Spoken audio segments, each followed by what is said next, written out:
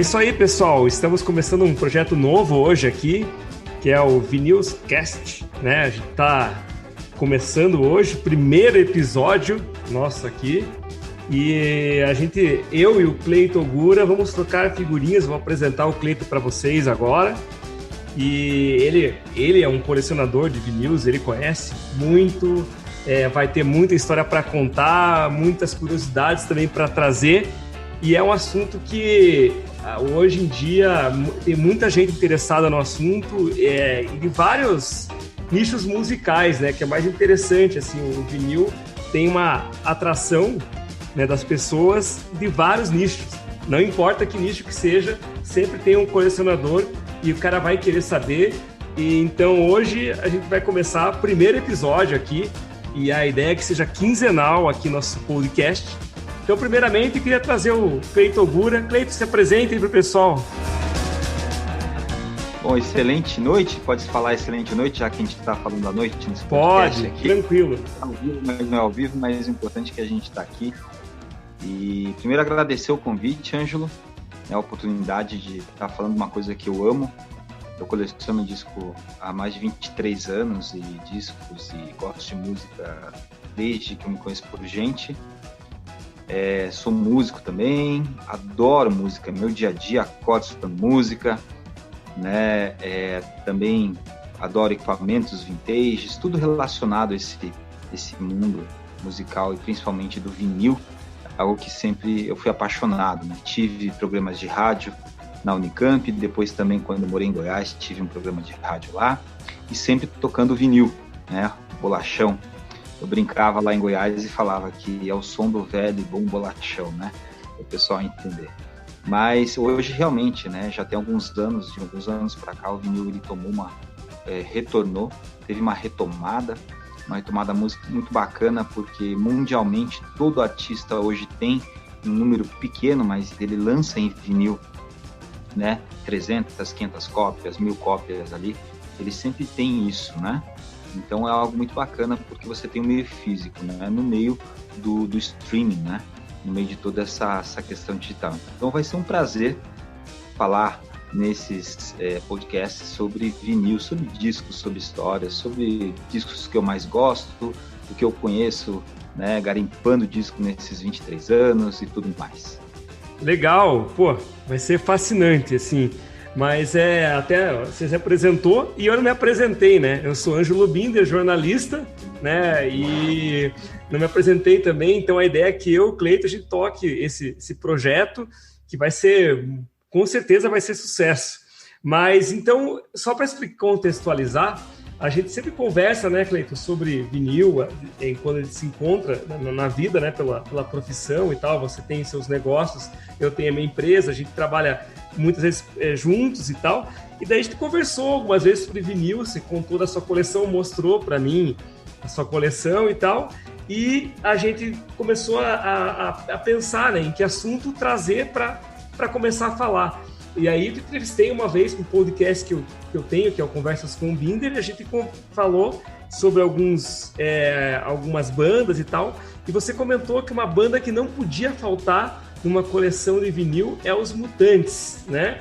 E aí, pô, eu fiquei pensando, por que os Mutantes, né? Porque por mais que eu gosto muito dos Mutantes, mas o que atrai tanto as pessoas, e esse é o assunto desse podcast, os Mutantes, né? A banda formada pela Rita Lee, os irmãos Arnaldo e o Sérgio, né? O Arnaldo Batista e o Sérgio Dias.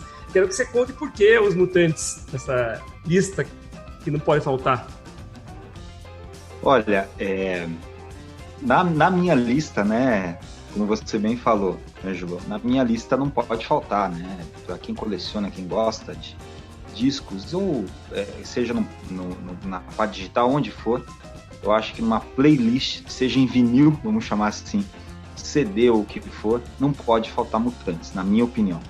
Porque é uma banda icônica do Brasil, na minha opinião, a melhor banda, né, que existiu no Brasil em vários termos, porque é difícil classificar os Mutantes, né? É uma banda de rock, sim, eles fizeram rock, tocaram até bossa nova, você tem Baby, uma espécie de bossa nova, enfim, você tem, né, uma série, o Deboche, cantando em espanhol, cantando em francês, cantando em inglês, enfim, E aí, por isso que não pode faltar, né? Eles pegam toda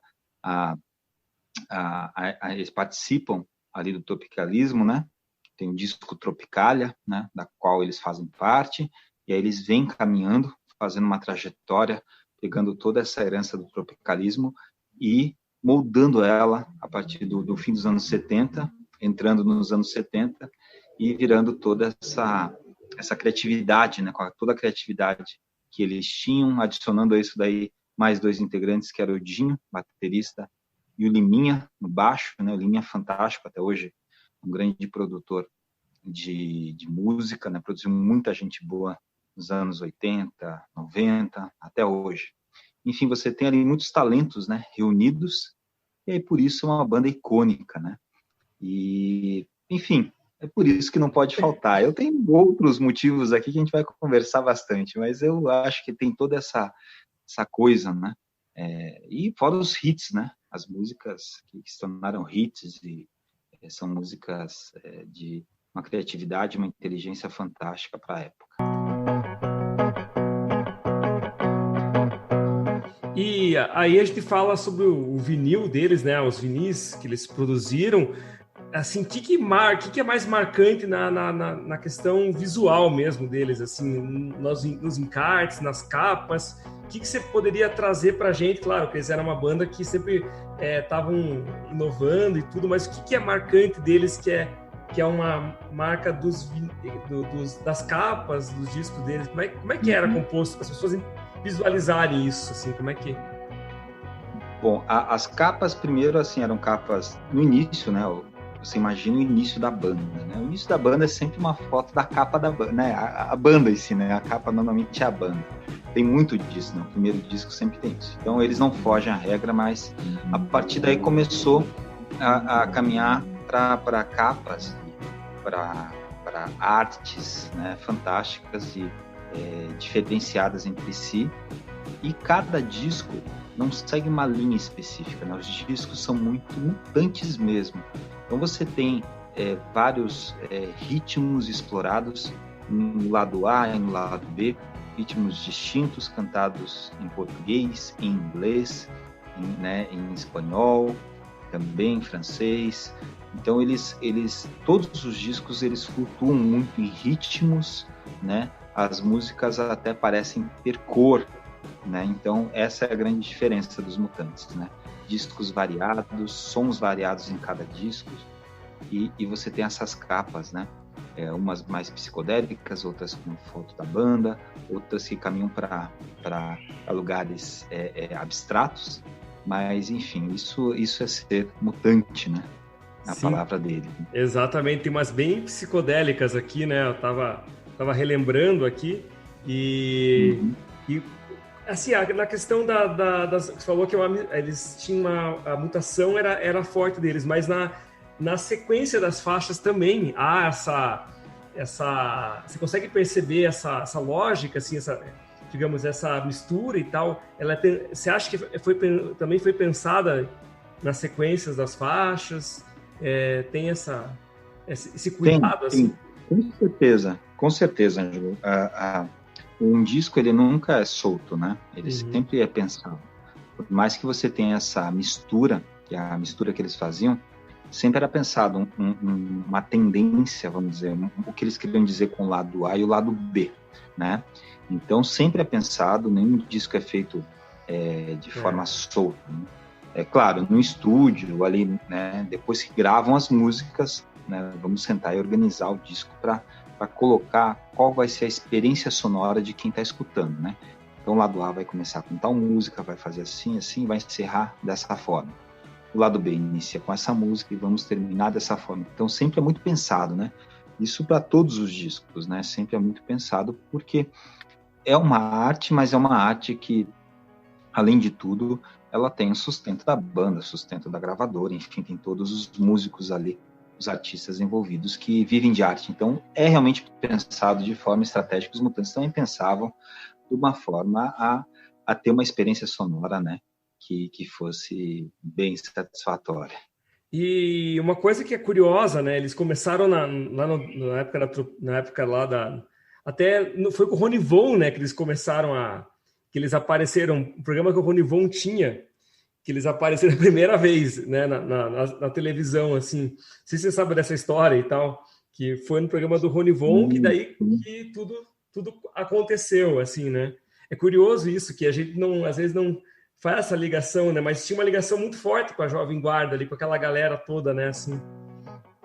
Sim, tem uma ligação forte, né? Jovem Guarda, tem uma ligação com o Tim Maia, eles conheciam muito bem o Tim Maia também, né? O Tim Maia tem a ligação com o Roberto, né? Também, né? Das questões mais dos tempos mais antigos, né?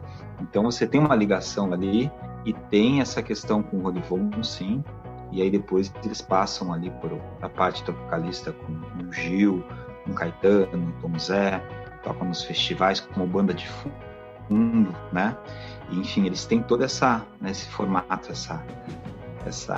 sempre existe, né? Por trás das bandas sempre existe aqueles contatos, né? As histórias, né?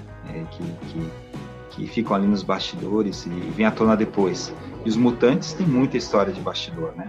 Então tem toda essa mística ali, mas tem sim, é uma história fantástica essa comunidade que eles apareceram e aí eles já tinham, né, meio que uma ideia de som deles ali, eles já faziam um som deles e um formato diferente. Todos os irmãos Batistas vindo ali da influência da mãe, que era uma musicista fantástica, então eles tinham já de berço uma musicalidade e a teoria musical muito bem definida, né? Assim, de clássica, então eles tinham uma base musical muito boa, né? E aí veio a Rita com toda a criatividade, com toda, né?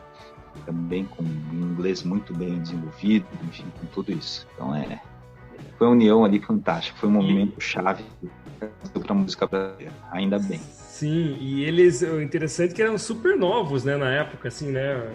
Tava vendo aqui, a idade deles eles eram bem jovens, assim, acho que até o Sérgio, acho que tinha uns 18 anos, 19, por aí, nem isso, talvez. Até menos. Começo ali, né? Estavam nos 16, ali, 17, então realmente ali eles têm muito jovens, né? Muito jovens mesmo.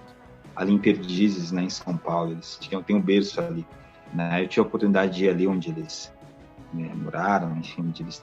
Como é que você começou você começou a ouvir Mutantes quando, assim? Você ouviu em vinil já quando era mais novo e tal, daí você começou a comprar? Como é que foi isso? Não, meu primeiro contato com Mutantes mesmo foi com Ando Meio Desligado, né? A música Ando Meio Desligado. E que sucesso absoluto. E eu lembro na época, eu acho que foi em 91, tá? De cabeça, teve um disco da Marisa Monte que ela regravou essa música, né? Acho que foi o primeiro disco dela, segundo alguma coisa assim. Acho que foi o primeiro. Ela gravou, né? Regravou. E eu me lembro bem, né? Da época do início do CD, e eu lembro de a gente escutando, né? Esse disco da Marisa, e eu tinha a lembrança que eu tinha escutado anteriormente, e aí eu lembro que eu fui atrás e eram os Mutantes. Eu comecei a escutar Mutantes aí, 91, 92, eu devia ter ali uns 13 anos. Mas isso em CD, né? Em CD, você começou a ouvir. Você começou a ouvir em CD. Sim, CD, rádio, fita, né? Ainda tinha essa coisa. Eu não tinha o vinil dos Mutantes, né? Tinha algumas coisas ali, mas na época eu gostava muito de rádio, de fita, início do CD.